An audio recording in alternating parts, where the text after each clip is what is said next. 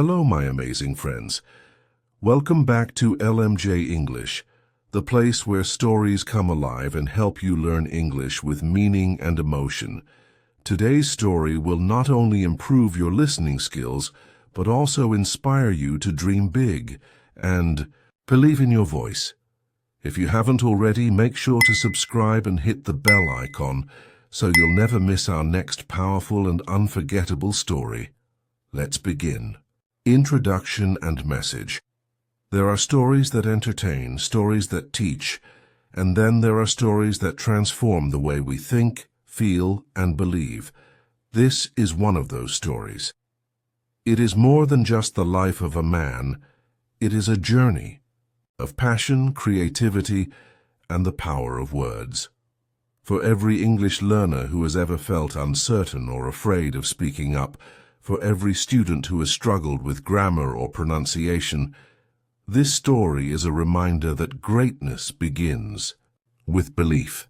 William Shakespeare, a boy from a small town with no wealth or privilege, would go on to shape not only the English language, but the world of literature itself. His words created new phrases, gave depth to emotions, and taught humanity how to see itself more clearly. Through his journey, we discover not only the roots of the English language, but also the truth that with a dream, dedication, and a love for language, anyone can rise beyond their circumstances. This story is for you, the learner, the dreamer, the future storyteller. Early life and curiosity. It was a cold and misty April day in 1564 when the town of Stratford-upon-Avon, nestled by a gentle river in the English countryside, welcomed a child who would one day change the world with words. His name was William Shakespeare. Born to John and Mary Shakespeare, William was the third of 8 children in a lively household filled with noise, laughter, and the rhythms of daily life. His father, a glove maker with skilled hands and a proud heart, worked hard to provide for his growing family. His mother, warm and wise, came from a well-off farming background and filled the home with care and strength. Life in Stratford was simple: cobbled streets, wooden houses, and a strong sense of community. But within this ordinary world lived an extraordinary boy. From an early age, William was different. While other children played without a care, he watched.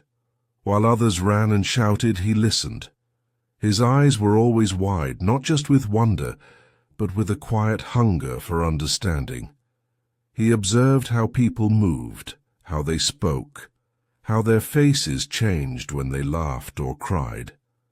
He listened to the way emotions shaped every sentence, every pause, every breath.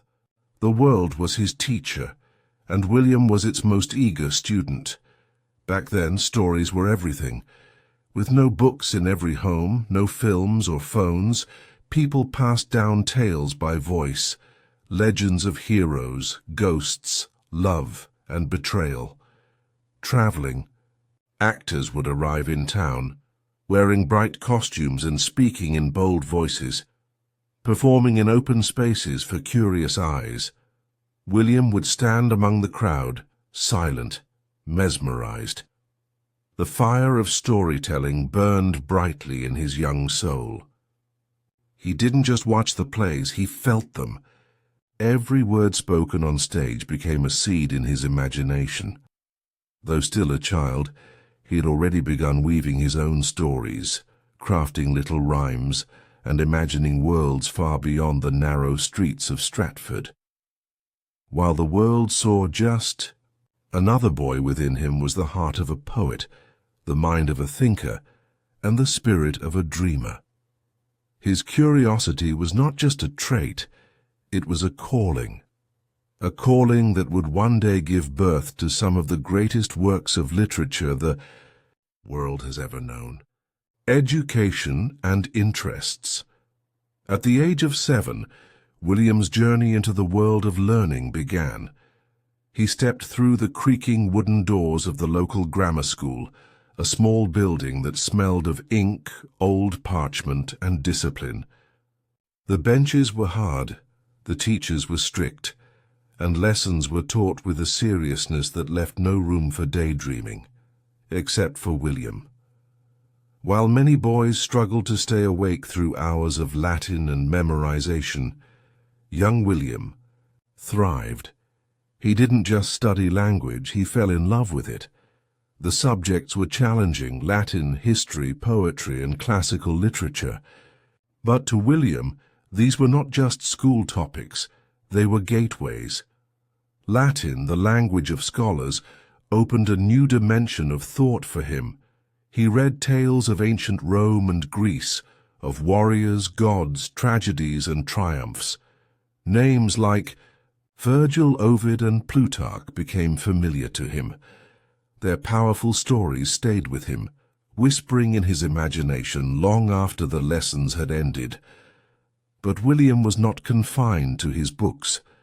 When school ended, he would run through green fields, his bare feet touching the earth, his eyes watching birds soar across the sky. He listened to the rustling of leaves, the murmur of the river, the chatter of townsfolk as they passed by. Nature, in all its quiet beauty, was another kind of teacher. It taught him rhythm, flow, and silence, the spaces between words that give them meaning. He played with his friends in the narrow streets, pretending to be knights or explorers, always slipping into roles, even without knowing.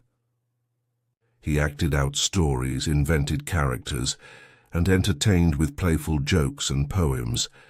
The line between play and performance blurred easily for him, and the world itself became a stage. But beneath his youthful energy lived something deeper, a hunger not just for fun, but for expression. He wanted to understand the world, not just live in it. He wanted to feel every emotion, every moment, and then turn it into something beautiful. And so, with every lesson learned, every story read, and every sunset watched, William's inner world grew richer, more vibrant, more alive. In those early years, the foundation was being laid, not for a career, not for fame, but for a voice that would one day speak for generations to come. Family struggles. Life, like the weather in England, can change without warning. One moment, the sun is shining. The next, dark clouds gather. For the Shakespeare family, those clouds came quietly but heavily. John Shakespeare, once a respected businessman and town official, began to face serious financial difficulties. His glove-making business, once steady, began to falter. Debts piled up. The family, who had once lived with comfort and confidence, now began to feel the weight of uncertainty. Young William noticed everything. He saw the worry in his father's furrowed brow, the silence that replaced cheerful conversation at the dinner table, and the quiet sighs of his mother as she tried to keep the home warm with love, even when the firewood was low. He may have been just a boy, but he felt the tension, the fear, the quiet desperation that settled over their home like an invisible fog.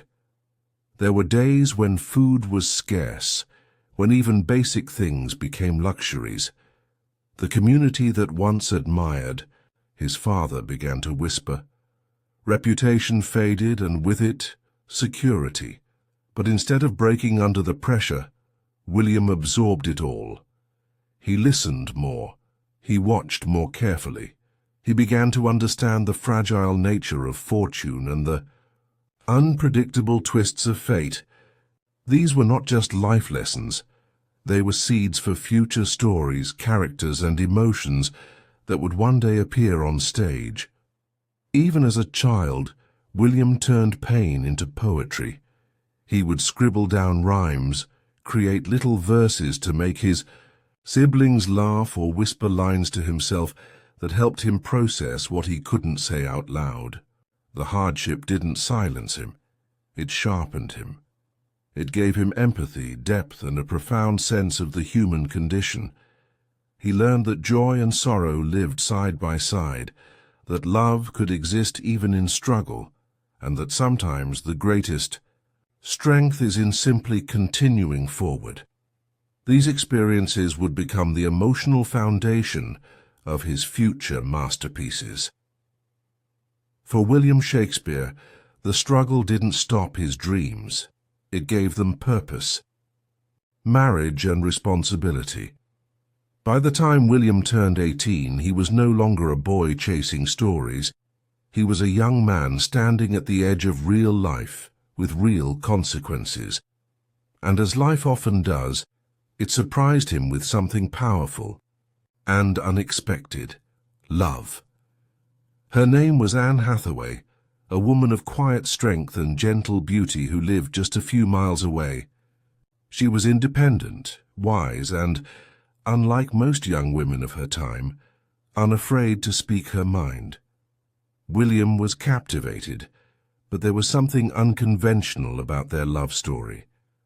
Anne was 8 years older than William, a fact that raised many eyebrows in their small town.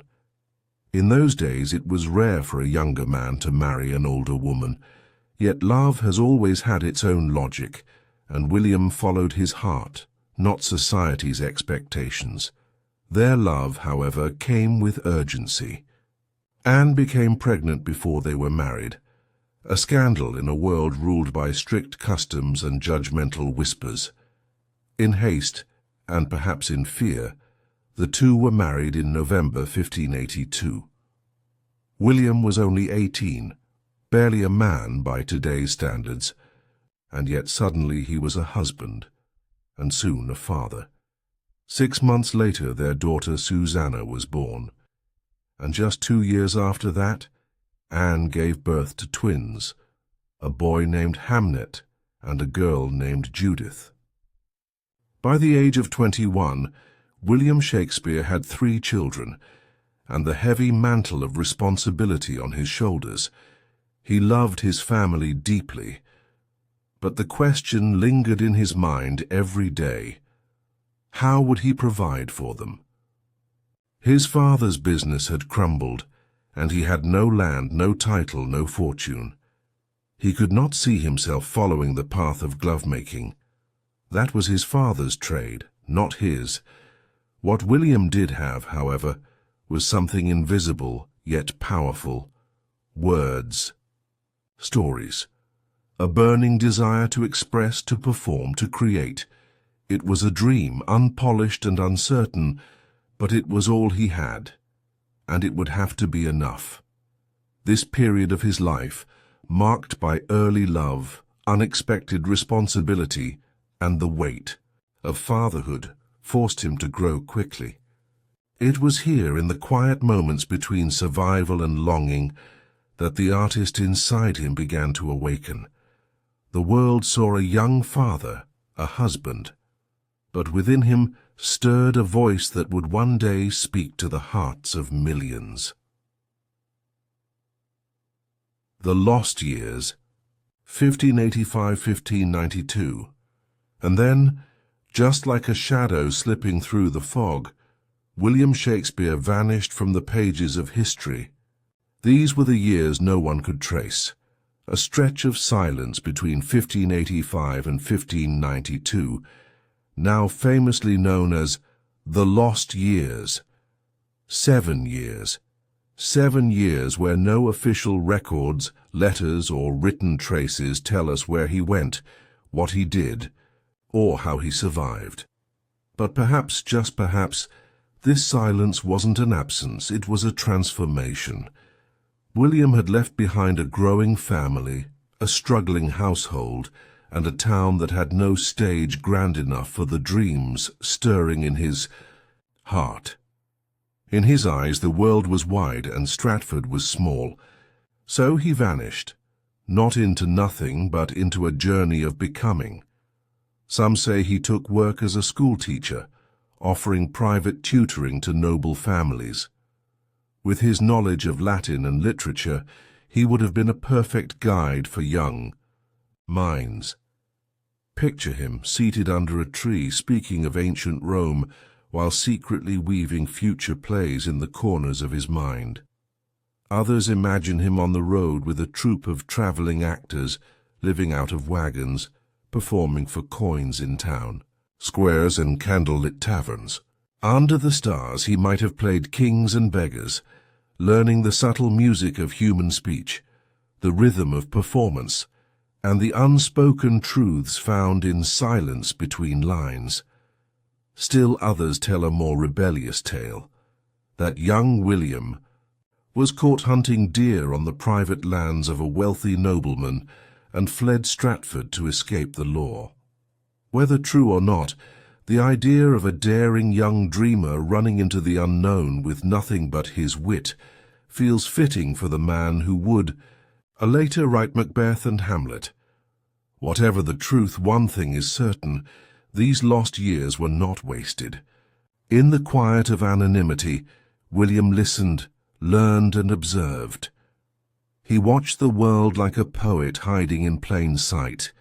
Every innkeeper's complaint, every noble's boast, every mother's lullaby, and every drunkard's song, he absorbed. Them all. He was not waiting to become a writer. He was already writing on the pages of his memory. When he finally reappeared in 1592, it was not as a lost boy from Stratford, but as a rising voice in the most powerful city in England. London, a city teeming with noise, ambition, disease, beauty, and danger, was now his stage. And though he had arrived with no money, no connections, and no guarantee of success, he had something far more rare: a heart full of stories and the courage to share them.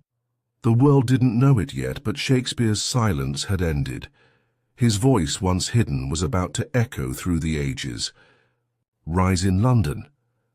London in the late 1500s was a city of fire and fog, a place where horse-drawn carts rattled over cobblestone streets, where plague could strike without warning, and where the air buzzed with the energy of dreams and desperation.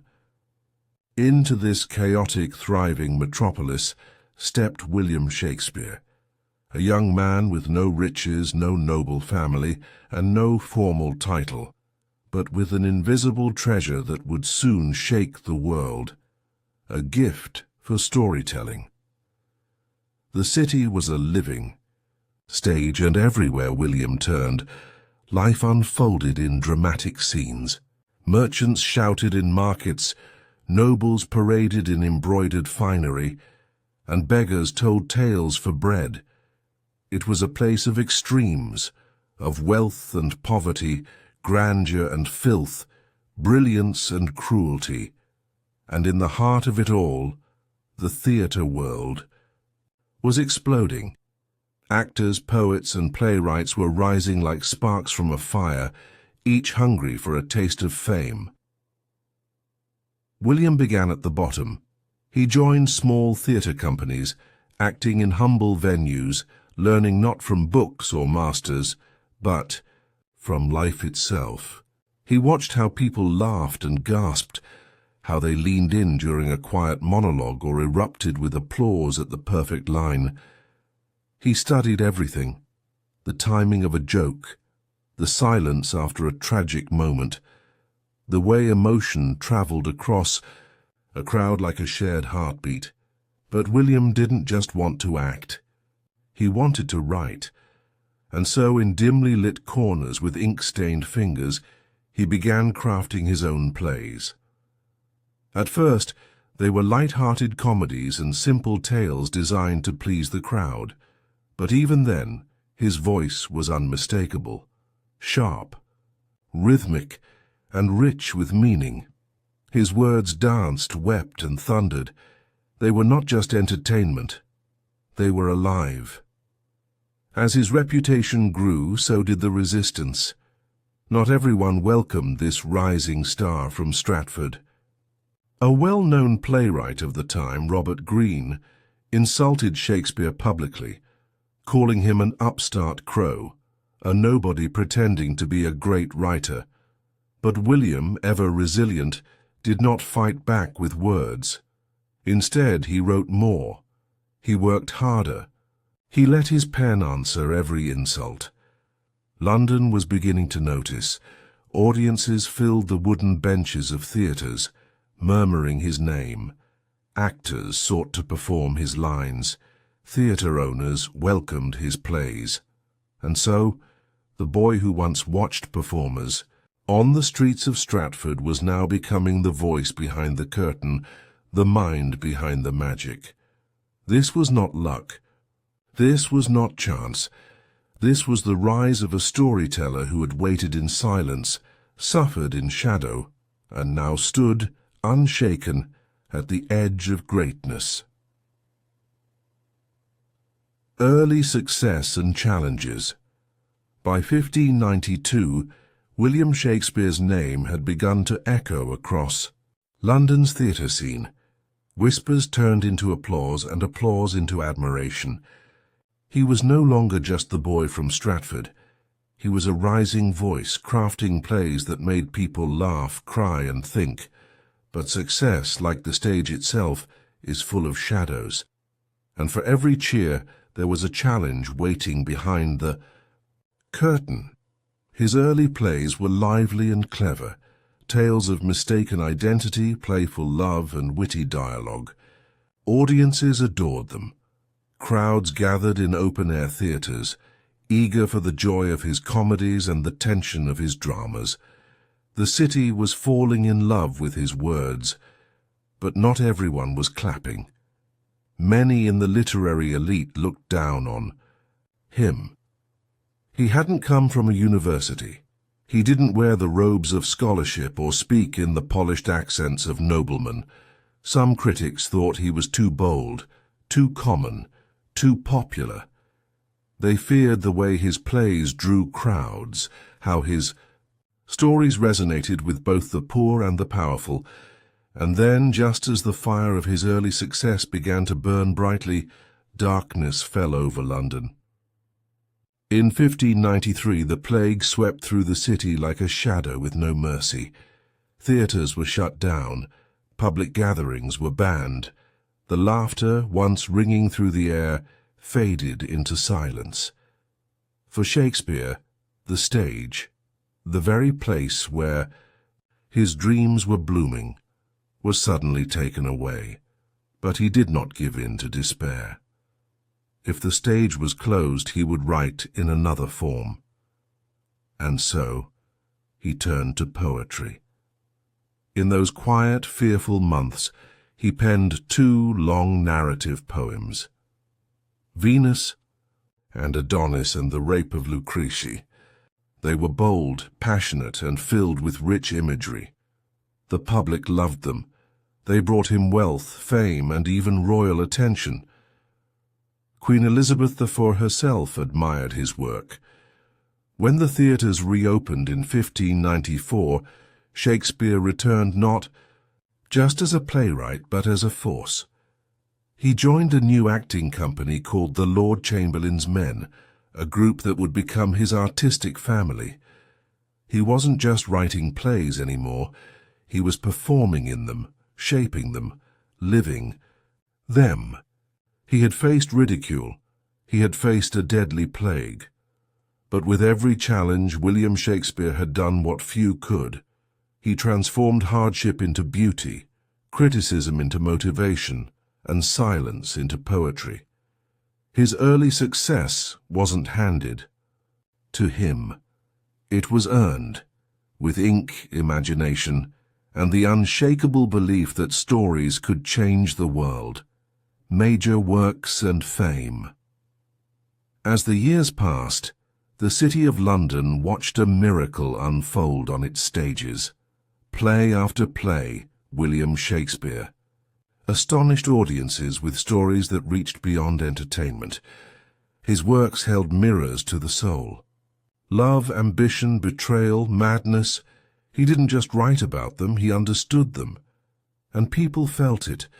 They came not only to see a performance, but to see themselves in the characters he brought to life. With Romeo and Juliet, he told A tale of young love so intense it defied even death, reminding the world that passion can both heal and destroy. In Macbeth, he painted the terrifying path of unchecked ambition, where dreams turn to nightmares in the silence of guilt. Hamlet explored the aching questions of life, existence, and the unbearable weight of grief. And Othello, a play of love, twisted by jealousy, cut straight to the heart, exposing how trust can be shattered by whispers and suspicion. These plays weren't just clever or poetic, they were human. Every laugh, every tear, every gasp from the audience was proof. Shakespeare had tapped into something timeless. He made kings feel doubt, fools speak wisdom, and lovers speak with a truth that echoed across centuries. No other playwright had dared to blend the poetic and the personal so fearlessly. And then, in 1599, came a dream made real, the birth of the Globe Theatre. Shakespeare, along with his company, the Lord Chamberlain's Men, didn't just perform there, they built it. Imagine the scene, a grand wooden structure with an open roof, its round shape brimming with life, the air thick with the scent of hay and sweat, the hum of a crowd waiting for magic to unfold. This was more than a theatre, it was Shakespeare's kingdom, a place where imagination ruled and language reigned supreme. At the Globe, his masterpieces came alive. Julius Caesar, with its political intrigue and betrayal. Twelfth Night, a celebration of love, identity, and joyful confusion. King Henry V, with speeches that stirred the hearts of soldiers and poets alike. Every performance was a shared experience, a moment where rich and poor, noble and commoner, stood side by side, united by story. By the end of the 1590s, Shakespeare was no longer just a name in London. He was a legend in his own lifetime. He had risen from obscurity to become the heartbeat of English theatre. And yet he wasn't finished. The pen in his hand still burned with new ideas. The world had given him a stage, and he would use it not for applause alone, but to leave behind a legacy that would speak long after the final curtain fell. Royal recognition. By the dawn of the 17th century, William Shakespeare had not only conquered the hearts of London's audiences, but had also caught the attention of the most powerful eyes in the land, those of the royal court. The era of Queen Elizabeth I was coming to a close, and in 1603 history turned a page. The beloved Queen passed away, and her successor, King James I, ascended the throne. Change often brings uncertainty. Many feared that the new king might view theatre with suspicion, might silence the stage that had become Shakespeare's sanctuary. But once again, fate favoured the storyteller. King James was not only fond of the theatre, he was captivated by Shakespeare's work. So much so that he granted a rare and extraordinary honour. Shakespeare's company, once known as the Lord Chamberlain's Men, was now renamed the King's Men. It was more than just a title. It was a crown of recognition, a seal of royal approval, that lifted them above every other troupe in the country. They were now the official players of the King's court, protected, supported, and celebrated by the crown itself. For Shakespeare, this was a moment that would have seemed impossible years before, when he had walked into London with empty pockets and uncertain dreams. Now he was not only a respected playwright, but a national treasure. His plays were performed before kings, queens, ambassadors, and nobles. His voice echoed through the grandest halls in England, his words shaping the imaginations of the powerful. But he did not allow the crown to soften his purpose.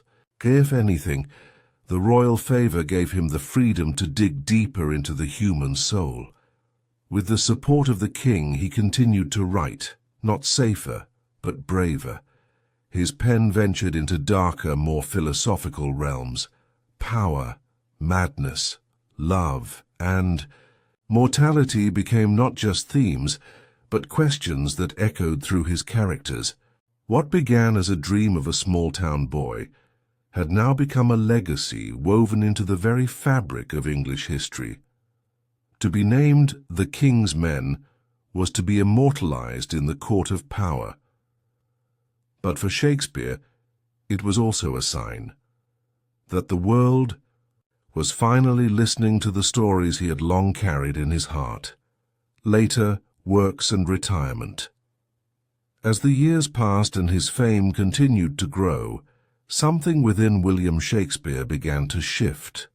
The laughter in his comedies became more bittersweet. The shadows in his tragedies grew deeper. His pen, once youthful and playful, now moved with the weight of wisdom. Between 1603 and 1611, he wrote some of his most profound and soul-stirring works, plays that reflected not just society, but his own evolving view of life, love, and the fragile human heart.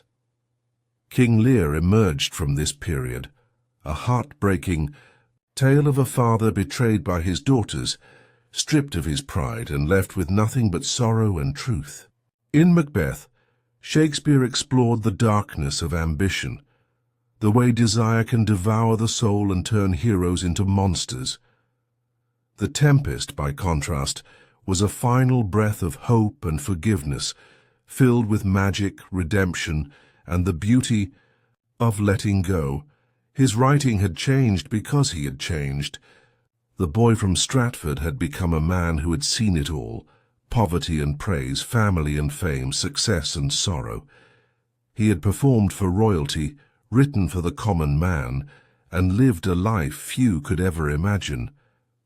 But even as the world adored him, his heart began to yearn for something simpler: home. In 1613, to the surprise of many, William Shakespeare made a quiet decision. He retired. After decades in London, surrounded by the noise of the city and the fire of the theatre, he chose to return to the quiet town where it all began, Stratford-upon-Avon. There, in a grand home called New Place, he found peace not in applause, but in nature, in family, in stillness. He would walk through his gardens in the early morning mist, reflecting on a life that had once seemed impossible. He spent time with his daughters, Susanna and Judith, spoke with old friends, and occasionally welcomed visitors who came seeking the wisdom of the great playwright. Though he had left the stage behind, his mind never stopped spinning stories. People say that even in his final years, he would sit quietly by the fire, murmuring verses under his breath, lost in the rhythm of words that had always been his closest companions. He had written about kings and fools, warriors and lovers, gods and ghosts. But now he had found the role that mattered most: William Shakespeare, the man at peace with his journey, death and legacy. In the spring of 1616, as the blossoms returned to Stratford and the river Avon shimmered under the sun, something quiet and sorrowful unfolded. William Shakespeare, the world's greatest playwright, fell ill. Some say it was a fever. Others whisper it was the cold, caught from a damp evening. Whatever it was, it came quickly and stole his strength day by day. His family gathered close: his wife Anne, his daughters Susanna and Judith, friends and neighbors who had once known him as simply William, not the legend he had become. On April 23, 1616, his 52nd birthday, Shakespeare took his final breath. The pen was still. The voice that had once echoed through kings' courts and common stages was now silent. Stratford fell into mourning. People came from near and far to say their goodbyes at Holy Trinity Church, the same church where he had been baptized as a child. There were no trumpets, no royal banners, just tears and whispered prayers from those who had loved him for the man he truly was. He was laid to rest in the church he had always called home. No grand monument marked his grave, only a simple stone, carved with his own final words, a short, haunting poem that warned against disturbing his rest. Good friend, for Jesus' sake forbear to dig the dust enclosed here. Blessed be the man that spares these stones, and cursed be he that moves my bones. But though his body was buried, his spirit could not be silenced. In the years that followed, his plays continued to be performed, his poems continued to be read, and his words began to travel far beyond the borders of England. Decades passed, then centuries, and still his voice echoed, on stages, in classrooms, in books, in hearts. His legacy is not just in literature, but in language itself. Expressions we use every day, break the ice, key heart of gold, key wild goose chase, they were all born from his imagination. He gave us not just characters and plots, but a deeper understanding of what it means to be human. William Shakespeare had written about kings and commoners, about joy and despair, about dreams and death. And in doing so, he became more than a playwright. He became a mirror to the soul of mankind.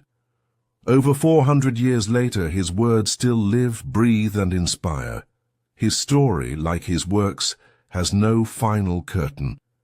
Inspiration for today. Though centuries have passed since William Shakespeare walked the earth, his voice continues to speak, not just from the dusty pages of old books, but from the hearts of those who dare to dream. His life is not simply a tale of plays and poetry. It is a beacon, a reminder that greatness does not begin with wealth, status, or certainty. It begins with a dream and the courage to chase it. Shakespeare's story reaches beyond the stage. It speaks to the student who stumbles over English grammar, to the young artist afraid to share their voice, to the dreamer who fears they are too small to make a difference. He was born in a quiet town, into an ordinary family. He had no noble title, no famous bloodline. He faced hardship, ridicule, and the shadows of poverty. And yet he believed. He believed in the power of words, in the beauty of storytelling, in the quiet strength of persistence. And that belief changed everything, not just for him, but for the world. Today, his legacy is a gift to every English learner. Every time you read a line of his poetry, every time you hear his words spoken on a stage or screen, you are touching something eternal. You are standing where kings once stood, where crowds once gasped, where hearts once broke and healed again, all through the magic of language. But the greatest truth of all is this: you are no different than he was. You have a voice. You have a story. You have something inside you that the world needs to hear. Shakespeare's life proves that from humble beginnings can rise timeless greatness. He didn't wait for permission. He didn't wait for perfect conditions. He simply began. So let his journey remind you, your voice matters. Your dream matters. It's not in the stars that our destiny is written, but in ourselves. And just as Shakespeare found his light in a world of shadows, so can you. Closing message. And now, dear friend, the story is no longer just about William Shakespeare. It's about you. Because hidden within this tale of a boy from Stratford is a truth that echoes across time. Greatness begins when you believe in your voice, even when the world doesn't hear it yet. Shakespeare did not rise because everything was perfect. He rose because he kept going. He wrote when he was poor. He performed when he was unknown. He dreamed when others doubted. His name is now written in history, not because he was chosen, but because he chose himself. And now it's your turn. Maybe your dream is to be a writer, an actor, a teacher, a creator, a leader. Maybe you're just beginning to learn English, struggling with words that feel foreign and unfamiliar. Maybe fear whispers that you're not good enough. But let this story be your answer. You are more powerful than you think. You are one idea, one word, one step away from changing your life. Every time you learn a new phrase, every time you express yourself in this new language, you're not just learning English, you're building your future. So stand tall, speak boldly, write bravely, dream wildly. Shakespeare's voice reached through the ages not because he was perfect, but because he was passionate. And passion, when mixed with purpose, is unstoppable. The world doesn't need another Shakespeare. The world needs you, your story, your truth, your fire. Pick up your pen, open your heart, and take your place on life's great stage, because the final line has not yet been written, and maybe, just maybe, the next great storyteller the world is waiting for is you. If this story touched your heart or helped your English, please like, share, and leave a comment to tell us what inspired you the most. And don't forget to subscribe to LMJ English and turn on the bell. Your support gives us the strength to bring you more meaningful and powerful stories every day. Here are 20 key vocabulary words that appear repeatedly, along with clear English explanations to help you understand and remember them. Legacy. Something valuable left behind by someone after they are gone, especially ideas, achievements, or influence that continues to inspire others. Playwright. A person who writes plays for the theatre. Shakespeare was the most famous playwright in English history. Dream. A strong desire or goal for the future, used in the story to show the power of belief and ambition. Stage. Both the physical platform where plays are performed and a symbol of life's journey and performance. Storyteller. Someone who shares stories, whether through writing, speaking, or acting.